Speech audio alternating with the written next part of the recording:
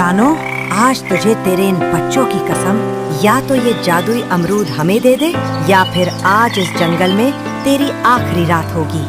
कालू भाई, मार डालो मुझे, पर मेरे बच्चों का हक मत छीनो, वो कल से भूखे हैं। छोड़ो इसे कालू, पहले इसके बच्चों को खत्म करते हैं, ये अमरूद अपने आप छोड़ देगी। नहीं। तूफानी रात थी, रानो का घोंसला तिनका होकर बिखर रहा था और गुड़िया भूख से बेहाल होकर रो रही थी।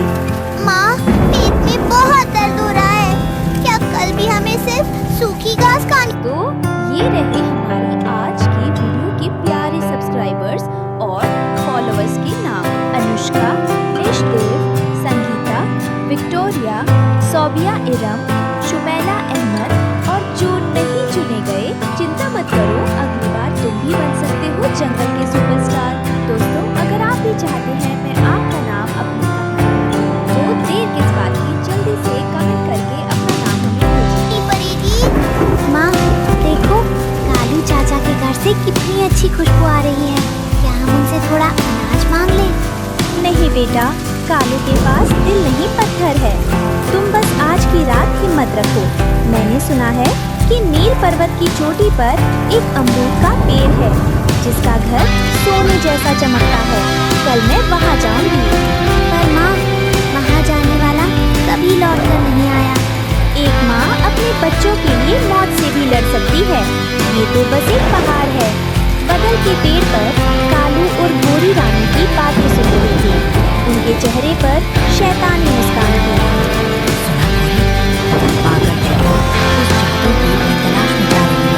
अगर उसने वो फल हासिल कर हम उसे फल लाने देंगे। जैसे ही वो वापसी के रास्ते पर खूनी नाले के पास पहुंचेगी, हम उस पर हमला कर देंगे। फल भी हमारा और घर भी हमारा। और इस बार हम अकेले नहीं होंगे, मैंने उस भूखी बिल्ली छोटू को भी काम पर लगा दिया है। रानो अभी आधी दूर ही पहुंची थी कि अचानक तेज हवाएं चलने लगी। कालू ने ऊपर से पत्थर गिराने शुरू कर दिए। ये पत्थर कहाँ से आ रहे हैं? कोई है क्या? वापस लौट जा रानो, ये रास्ता मौत का है। कालू भाई, तुम मेरे पीछे क्यों पड़ी हो? मेरे बच्चों को जीने दो। तेरी मौत ही मेरा फायदा है। कालू रानो पर झपट्टा मारता है। रानो फुर्ती से एक कटीली झाड़ी में घुस जाती है। उसके पंखों में कांटे चुभ जाते हैं, लेकिन वो रुकती नहीं। रानो पर्वत की सबसे ऊंची चोटी पर पहुंचती है।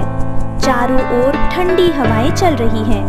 अचानक कोहरा छटता है और एक विशाल सुनहरी रोशनी वाला अमरूद का पेड़ दिखाई देता है।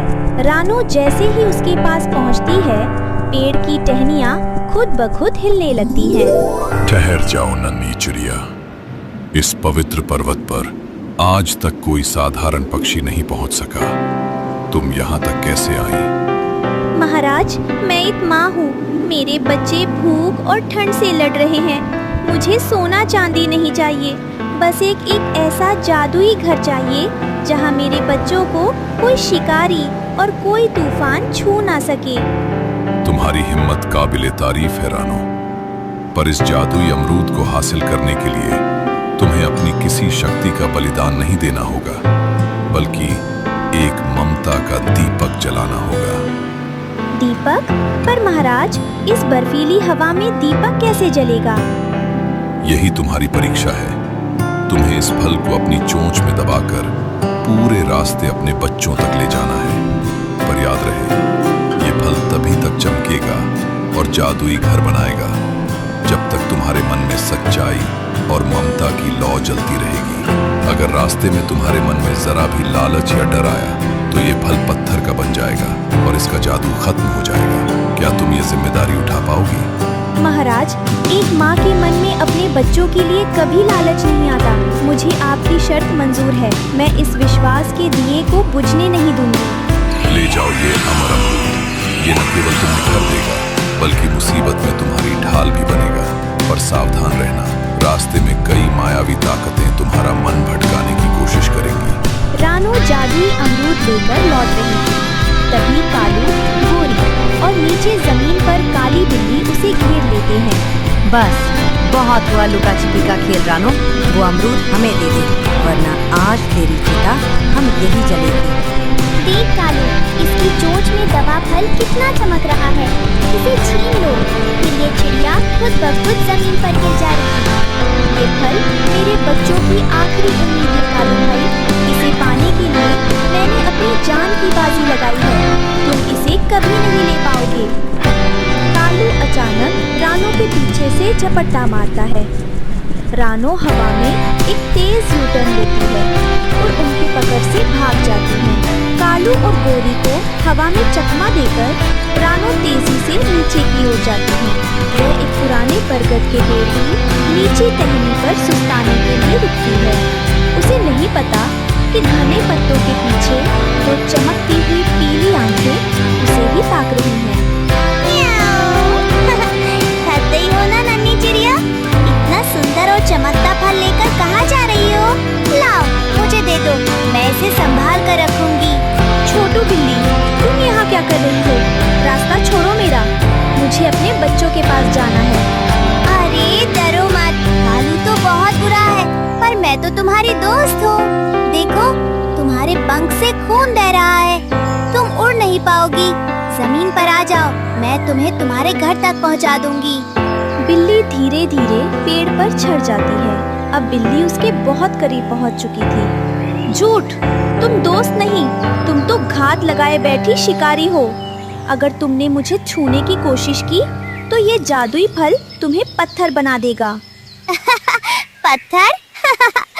चिड़िया रानी, कहानियाँ सुनाना बंद करो। वो फल मुझे दे दो, वरना आज तुम्हारे बच्चे अपनी माँ का इंतजार ही करते रह जाएंगे। बिल्ली अचानक झपट्टा मारती है। रानो अपनी पूरी ताकत लगाकर ऊपर की ओर उड़ती है। बच गई आज, पर याद रखना रानो, रास्ता अभी खत्म नहीं हुआ है। रानो घोंसले पहुंचकर फल को जमीन पर गाड़ देती है। अचानक वहाँ एक सुंदर अमरूद के आकार का महलनुमा घर बन जाता है।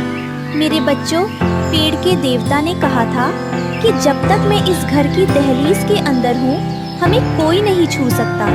लेकिन अगर मैं बाहर निकली तो ये जादुई घर मिट्टी में मिल जाएगा। माँ, हमें कहीं नहीं जाना, हम आपके साथ यहाँ खुश हैं। कालू और गोरी बाहर खड़े होकर घर को देख रहे हैं। गोरी, ये चिड़िया तो अंदर छिप गई है, हमें इसे बाहर निकालना होगा। जब तक ये बाहर नहीं आएगी, ये घर हमारा नहीं होगा। एक माँ को बाहर निकालने का एक ही तरीका है, उसके बच्चों को मुसीबत में डालना। कालू एक मीठा फल जादुई दीवार के पास रखता है। कुकू और गुड़िया खिड़की से उसे देखते हैं। रानो सो रही थी। नन्हे बच्चों, देखो मैं तुम्हारे लिए क्या लाया हूँ। ये जादुई अंगूर है, बस एक कदम बाहर आओ और इसे ले लो। गुड़िया, देखो कितना रसीला फल है, माँ सो रही है, चलो जल्दी से ले आते हैं। जैसे ही गुड़िया फल लेने के लिए जादुई दीवार से एक पैर बाहर निकालती है, कालू झपट्टा मारकर उसका पैर पकड़ लेता है। बचाओ, माँ बचाओ, कालू चाचा ने मुझे पकड़ लिया। अब देख रानो, या तो बाहर आ और अपनी बेटी को बचा, या फिर इस घर के अंदर बैठ। रानो की नींद खुलती है। वह देखती है कि उसकी बेटी मौत के मुंह में है। वह जानती है कि बाहर कदम रखते ही उसका सुंदर घर गायब हो जाएगा। नहीं, मेरी बच्ची को छोड़ दो, मुझे महल नहीं चाहिए, मुझे मेरी बेटी चाहिए। नहीं माँ, बाहर मत जाना, घर टूट जाएगा। बेटा, ईंट पत्थर का घर फिर बन सकता है, पर तुम दोनों नहीं। माँ आ रही है। जैसे ही रानो बाहर कदम रखती है, महल गायब हो जाता और फिर से वही पुराना सूखा पेड़ बन जाता है। कालू रानो पर हमला करने बढ़ता है, लेकिन रानो अब और भी शक्तिशाली हो गई है। कालू, तूने माँ के सब्र का इम्तिहान लिया है, अब माँ का क्रोध देख। रानो अपनी पूरी ताकत से कालू की आंखों पर वार करती है। तभी आसमान से राजा बाज और अपनी टोली के साथ आ जाते हैं। राजा बाज कालू और गोरी को अपने पंजों में जकड़ लेते हैं। बिल्ली छोटू यह देखकर पहले ही भाग खड़ी होती है। कालू, तुमने एक माँ के त्याग का अपमान किया है। रानू ने घर खो दिया पर अपनी ममता नहीं हारी। तुम दोनों को हमेशा के लिए इस जंगल से बेदखल किया जाता है। हमें माफ कर दे महाराज, हमें माफ कर दे। राजा चील के सैनिक कालू गोरी को पकड़कर ले जाते हैं। रानू अपने बच्चों को गले लगा लेती है। तभी जादुई पेड़ वहाँ प्रकट होता है। धन्य हो रानू, तुमने साबित कर दिया कि एक माँ के लिए घर से बढ़कर उसके बच्चे हैं। तुम्हारी इस परीक्षा से खुश होकर मैं तुम्हें ये घर हमेशा के लिए देता हूँ और अब कोई शर्त नहीं होगी। तुम आसमान में उड़ भी सकोगी और सुरक्षित भी रहोगी। सूखा पेड़ फिर से एक अमर और सुंदर घर में बदल जाता है। इस बार घर पहले से भी ज्यादा चमकदार है। सच्चा घर ईंटों से नहीं, प्यार और त्याग से बनता है। रानू, कुकू और गुड़िया खुशी खुशी रहने लगते हैं। जंगल में फिर से चहचहाहट लौट आती है। इस कहानी से हमें सीख मिलती है कि निस्वार्थ प्रेम और बलिदान से बड़ी कोई शक्ति नहीं है। जो दूसरों का बुरा सोचते हैं वे अंत में अपना सब कुछ खो देते हैं।